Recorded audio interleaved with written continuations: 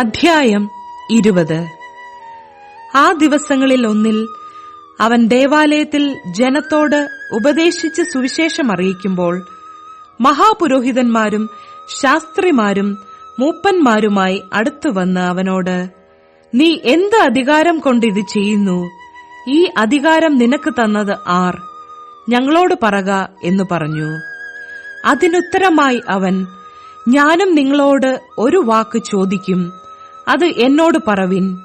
യോഹന്നാന്റെ സ്നാനം സ്വർഗത്തിൽ നിന്നോ മനുഷ്യരിൽ നിന്നോ ഉണ്ടായത് എന്ന് ചോദിച്ചു. അവർ തമ്മിൽ നിരൂപിച്ചു. സ്വർഗത്തിൽ നിന്ന് എന്ന് പറഞ്ഞാൽ പിന്നെ നിങ്ങൾ അവനെ വിശ്വസിക്കാഞ്ഞത് എന്ത് എന്ന് അവൻ ചോദിക്കും. മനുഷ്യരിൽ നിന്ന് എന്ന് പറഞ്ഞാലോ ജനമൊക്കെയും യോഹന്നാൻ ഒരു പ്രവാചകനെന്ന് ഉറച്ചിരിക്കൊണ്ട് നമ്മെ കല്ലെറിയുമെന്ന് പറഞ്ഞിട്ട്, എവിടെ നിന്നോ ഞങ്ങൾ അറിയുന്നില്ല എന്ന് ഉത്തരം പറഞ്ഞു. യേശു അവരോട്, എന്നാൽ ഞാൻ ഇത് ചെയ്യുന്നത് ഇന്ന അധികാരം കൊണ്ടാകുന്നു എന്നുള്ളത് ഞാനും നിങ്ങളോട് പറയുന്നില്ല എന്ന് പറഞ്ഞു. അനന്തരം അവൻ ജനത്തോട് ഉപമ പറഞ്ഞതെന്തെന്നാൽ, ഒരു മനുഷ്യൻ ഒരു മുന്തിരിത്തോട്ടം നട്ടുണ്ടാക്കി കുടിയാന്മാരെ പാട്ടത്തിന് ഏൽപ്പിച്ചിട്ട് ഏറിയ കാലം പരദേശത്ത് പോയി പാർത്തു. സമയമായപ്പോൾ കുടിയാന്മാരോട് തോട്ടത്തിന്റെ അനുഭവം വാങ്ങേണ്ടതിന് അവരുടെ അടുക്കൽ ഒരു ദാസനെ അയച്ചു. അവനെ കുടിയാന്മാർ തല്ലി വെറുതെ അയച്ചുകളഞ്ഞു. അവൻ മറ്റൊരു ദാസനെ പറഞ്ഞയച്ചു. അവനെയും അവർ തല്ലി അപമാനിച്ചു വെറുതെ അയച്ചുകളഞ്ഞു. അവൻ മൂന്നാമതൊരുത്തനെ പറഞ്ഞയച്ചു. അവർ അവനെയും മുറിവേൽപ്പിച്ച് പുറത്താക്കി കളഞ്ഞു. അപ്പോൾ മുന്തിരിത്തോട്ടത്തിന്റെ ഉടമസ്ഥൻ, ഞാൻ എന്തു ചെയ്യേണ്ടു? എന്റെ പ്രിയ പുത്രനെ അയക്കും, പക്ഷേ അവർ അവനെ ശങ്കിക്കും എന്ന് പറഞ്ഞു. കുടിയാന്മാർ അവനെ കണ്ടിട്ട്, ഇവൻ അവകാശി, അവകാശം നമുക്കാകേണ്ടതിന് നാം അവനെ കൊന്നുകളക എന്ന് തമ്മിൽ ആലോചിച്ചു പറഞ്ഞു. അവർ അവനെ തോട്ടത്തിൽ നിന്ന് പുറത്താക്കി കൊന്നുകളഞ്ഞു. എന്നാൽ തോട്ടത്തിന്റെ ഉടമസ്ഥൻ അവരോട് എന്തു ചെയ്യും? അവൻ വന്ന് ആ കുടിയാന്മാരെ നിഗ്രഹിച്ച് തോട്ടം അന്യന്മാർക്ക് ഏൽപ്പിച്ചു കൊടുക്കും. അത് കേട്ടിട്ട് അവർ അങ്ങനെ ഒരു നാളും സംഭവിക്കയില്ല എന്ന് പറഞ്ഞു. അവനോ അവരെ നോക്കി. എന്നാൽ വീട് പണിയുന്നവർ തള്ളിക്കളഞ്ഞ കല്ല് മൂലക്കല്ലായി തീർന്നു എന്നെഴുതിയിരിക്കുന്നത് എന്ത്? ആ കല്ലിന്മേൽ വീഴുന്ന ഏവനും തകർന്നു പോകും. അത് ആരുടെ മേലെങ്കിലും വീണാൽ അവനെ ധൂളിപ്പിക്കും എന്ന് പറഞ്ഞു. ഈ ഉപമ തങ്ങളെക്കുറിച്ച് പറഞ്ഞു എന്ന് ശാസ്ത്രിമാരും മഹാപുരോഹിതന്മാരും ഗ്രഹിച്ചിട്ട് ആ നാഴികയിൽ തന്നെ അവന്റെ മേൽ കൈവെപ്പാൻ നോക്കിയെങ്കിലും ജനത്തെ ഭയപ്പെട്ടു.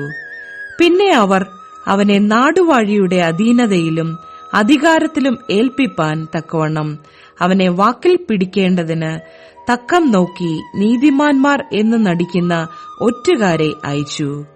അവർ അവനോട്, ഗുരു, നീ നേർ പറഞ്ഞ് ഉപദേശിക്കുകയും മുഖപക്ഷം നോക്കാതെ ദൈവത്തിന്റെ വഴി യഥാർത്ഥമായി പഠിപ്പിക്കുകയും ചെയ്യുന്നു എന്ന് ഞങ്ങൾ അറിയുന്നു.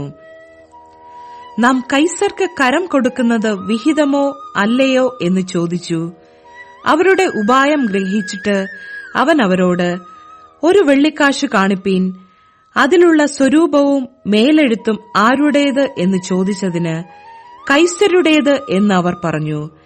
എന്നാൽ കൈസർക്കുള്ളത് കൈസർക്കും ദൈവത്തിനുള്ളത് ദൈവത്തിനും കൊടുപ്പീൻ എന്ന് അവൻ അവരോട് പറഞ്ഞു. അങ്ങനെ അവർ ജനത്തിന്റെ മുമ്പിൽ വെച്ച് അവനെ വാക്കിൽ പിടിപ്പാൻ കഴിയാതെ അവന്റെ ഉത്തരത്തിൽ ആശ്ചര്യപ്പെട്ട് മിണ്ടാതിരുന്നു. പുനരുത്ഥാനം ഇല്ല എന്ന് പറയുന്ന സദൂക്യരിൽ ചിലർ അടുത്തുവന്ന് അവനോട് ചോദിച്ചത്, ഗുരു, ഒരുത്തന്റെ സഹോദരൻ വിവാഹം കഴിച്ചിട്ട് മക്കളില്ലാതെ മരിച്ചുപോയാൽ അവന്റെ സഹോദരൻ അവന്റെ ഭാര്യയെ പരിഗ്രഹിച്ച് സഹോദരന് സന്തതിയെ ജനിപ്പിക്കണം എന്ന് മോശ എഴുതിയിരിക്കുന്നു. എന്നാൽ 7 സഹോദരന്മാർ ഉണ്ടായിരുന്നു. അവരിൽ ഒന്നാമത്തവൻ ഒരു സ്ത്രീയെ വിവാഹം കഴിച്ചു, മക്കളില്ലാതെ മരിച്ചുപോയി. രണ്ടാമത്തവനും മൂന്നാമത്തവനും അവളെ പരിഗ്രഹിച്ചു. ഔവണ്ണം 7 പേരും ചെയ്തു, മക്കളില്ലാതെ മരിച്ചുപോയി. ഒടുവിൽ സ്ത്രീയും മരിച്ചു. എന്നാൽ പുനരുത്ഥാനത്തിൽ അവൾ അവരിൽ ഏവനും ഭാര്യയാകും. 7 ഭാര്യയായിരുന്നുവല്ലോ. അതിന് യേശു ഉത്തരം പറഞ്ഞത്, ഈ ലോകത്തിന്റെ മക്കൾ വിവാഹം കഴിക്കുകയും വിവാഹത്തിന് കൊടുക്കുകയും ചെയ്യുന്നു. എങ്കിലും ആ ലോകത്തിനും മരിച്ചവരിൽ നിന്നുള്ള പുനരുത്ഥാനത്തിനും യോഗ്യരായവർ വിവാഹം കഴിക്കുകയുമില്ല, വിവാഹത്തിന് കൊടുക്കപ്പെടുകയുമില്ല. അവർക്ക് ഇനി മരിപ്പാനും കഴിയുകയില്ല. അവർ പുനരുത്ഥാന പുത്രന്മാരാകിയാൽ ദൈവദൂത തുല്യരും ദൈവപുത്രന്മാരും ആകുന്നു. മരിച്ചവർ ഉയർത്തെഴുന്നേൽക്കുന്നു എന്നതോ മോശയും മുൾപ്പടർപ്പ് ഭാഗത്ത് കർത്താവിനെ അബ്രഹാമിന്റെ ദൈവവും ഇസഹാക്കിന്റെ ദൈവവും യാക്കോബിന്റെ ദൈവവും എന്ന് പറയുന്നതിനാൽ സൂചിപ്പിച്ചിരിക്കുന്നു. ദൈവമോ മരിച്ചവരുടെ ദൈവമല്ല, ജീവനുള്ളവരുടെ ദൈവമത്രേ. എല്ലാവരും അവന് ജീവിച്ചിരിക്കുന്നുവല്ലോ. അതിന് ചില ശാസ്ത്രിമാർ, ഗുരോ, നീ പറഞ്ഞത് ശരി എന്നുത്തരം പറഞ്ഞു. പിന്നെ അവനോട് ഒന്നും ചോദിപ്പാൻ അവർ തുനിഞ്ഞതുമില്ല. എന്നാൽ അവൻ അവരോട്, ക്രിസ്തു ദാവീദിന്റെ പുത്രൻ എന്ന് പറയുന്നത് എങ്ങനെ? കർത്താവ് എന്റെ കർത്താവിനോട്, ഞാൻ നിന്റെ ശത്രുക്കളെ നിന്റെ പാദപീഠമാക്കുവോളം എന്റെ വലത്തുഭാഗത്തിരിക്ക എന്ന് അരുളി ചെയ്തു എന്ന് സങ്കീർത്തന പുസ്തകത്തിൽ ദാവീദ് തന്നെ പറയുന്നുവല്ലോ. ദാവീദ് അവനെ കർത്താവ് എന്ന് വിളിക്കുന്നു. പിന്നെ അവന്റെ പുത്രനാകുന്നത് എങ്ങനെ എന്ന് ചോദിച്ചു.